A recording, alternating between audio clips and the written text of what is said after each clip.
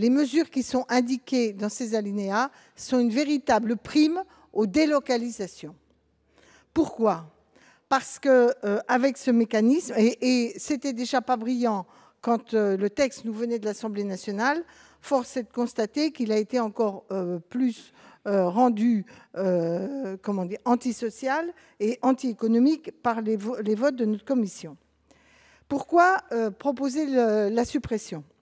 Parce qu'il s'agit là de réduire, ce qui a été décidé, c'est de réduire le périmètre d'appréciation de situations économiques des entreprises pour justifier les licenciements économiques, les reclassements, etc.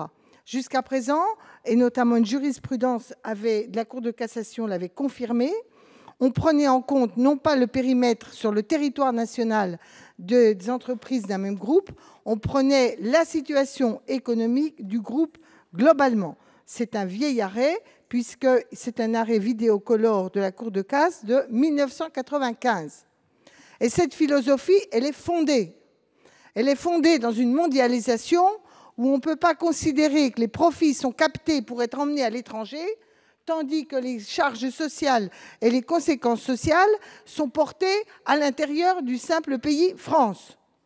D'autre part, on connaît bien qu'il y a des tas de possibilités de contourner à travers ce genre de mécanisme, de faire payer au pays le départ d'entreprises vers l'étranger. Comment on fait ?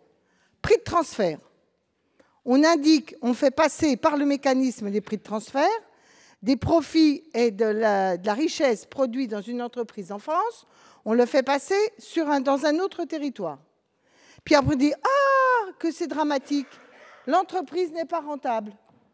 Et puis ensuite, petit à petit, de fil en aiguille, on vide ces entreprises de leur capacité à produire de la richesse et on dit il faut licencier. Pas assez performant, pas assez compétitif. Et on licencie, et qui prend la charge de fait des conséquences sociales de ça? C'est la France. J'y vois donc deux effets. On accélère les possibilités de préparer des délocalisations et on accélère l'optimisation fiscale parce qu'ils ont maintenant tout intérêt à faire ça, vu qu'on ne leur mettra pas de critères liés à leurs profits globaux.